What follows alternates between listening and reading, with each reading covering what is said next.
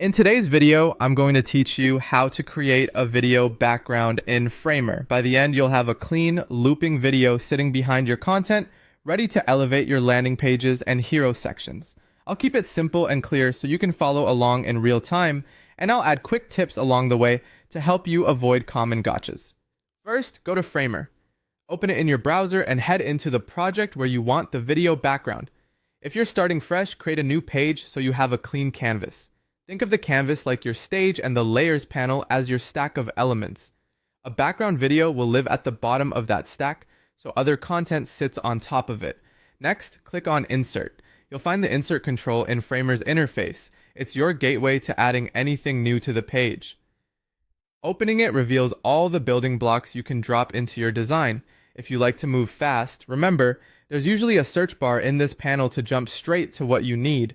Then click on Media. The media section groups visual and interactive assets that enrich your page. This is where items like images and videos live. Clicking into media narrows the choices so you can focus on adding the right kind of content without hunting around.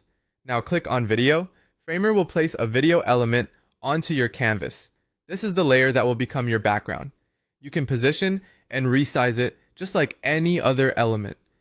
A common approach is to make it stretch to fill the entire hero section or the full viewport, depending on your design. Keep in mind that where the layer sits in the stack determines if it's behind or in front of your text and buttons.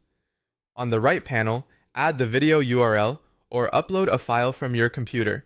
If you already host the video, paste the direct link.